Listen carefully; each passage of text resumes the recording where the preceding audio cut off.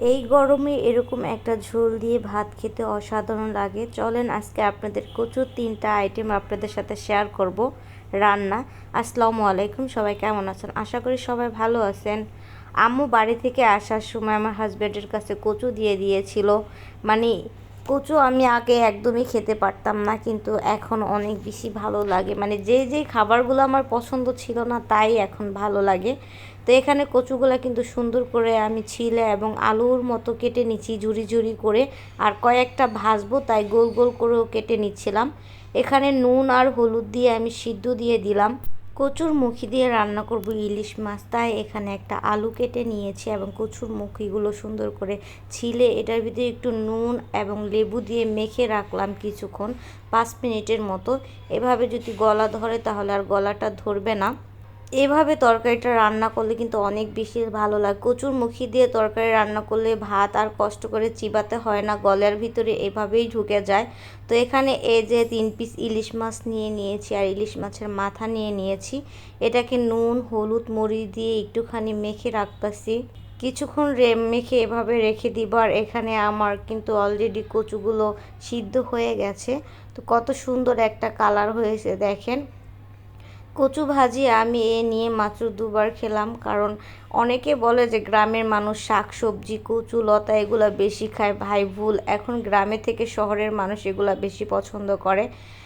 তো এরপর এখানে আমি এই যে কিন্তু যেগুলো ভাজবে ওগুলোকে সিদ্ধ দিয়ে দিয়েছিলাম, উঠিয়ে হলুদ মরিচ দিয়ে মাখিয়ে নিলাম।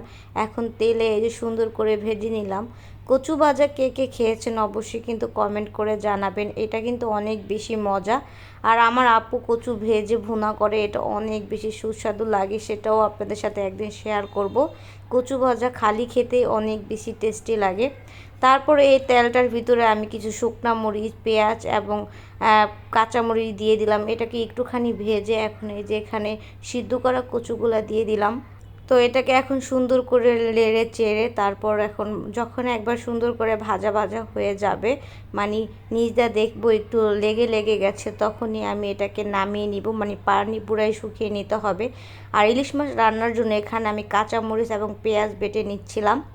ইলিশ মাছের ভিতরে ভাজা বেটে পেঁয়াজটা দিলে ভালো হয়। তো এখানে পেঁয়াজটা যখন ভাজা ভাজা হয়ে যাবে তখনই আমি সামান্য কিছু পরিমাণ পানি এবং শুধু জিরা বাটা দিয়ে দিচ্ছিলাম। ইলিশ মাছের ভিতরে কিন্তু আদা রসুন বাটা দিলে গন্ধ লাগে। পরিমাণ মতো হলুদ মরিচ এগুলো দিয়ে একটু মশলাটাকে কষিয়ে নিচ্ছিলাম। মশলাটা কষানোর পরে এখানে আমি পরিমাণ মতো পানি দিয়ে দিচ্ছিলাম। পানি দেওয়ার পর যে ইলিশ মাছগুলো আমি মেখে রেখেছিলাম তা এখন আমি একটু কষিয়ে নিব। অনেকে ইলিশ মাছ ভেজে রান্না করে, কিন্তু আমার কাছে কষিয়ে রান্না করলে অনেক বেশি ভালো লাগে। তো মাছটা প্রায় আমি 3-4 মিনিটের মতো কষিয়ে নিয়েছি, এরপর নিয়ে নিয়েছি। তো এখানে এই যে আমি এই কষানো মাছে উঠিয়ে তার ভিতরে আমি কিন্তু আলু এবং কচুর মুখিগুলো দিয়ে দিলাম। তো যখন সুন্দরভাবে সিদ্ধ হয়ে গেছে, পানি দিয়ে দিয়েছিলাম পরিমাণ মতো, তখন এখানে আমি মাছগুলো দিয়ে দিলাম। তো মাছগুলো এই যে অলরেডি কিন্তু হয়ে গেছে। কচুর মুখি দিয়ে মাছ রান্না করা, দেখেন কত সুন্দর একটা ঝোল। আর এই গরমে এই মজার জিনিসগুলো দিয়ে ভাত খেতে কী যে ভালো লেগেছে কি বলবো। তো আজকে ভিডিওটা এই পর্যন্ত। অবশ্যই রান্নাগুলো কেমন হয়েছে কমেন্ট করে জানাবেন। আল্লাহ হাফেজ।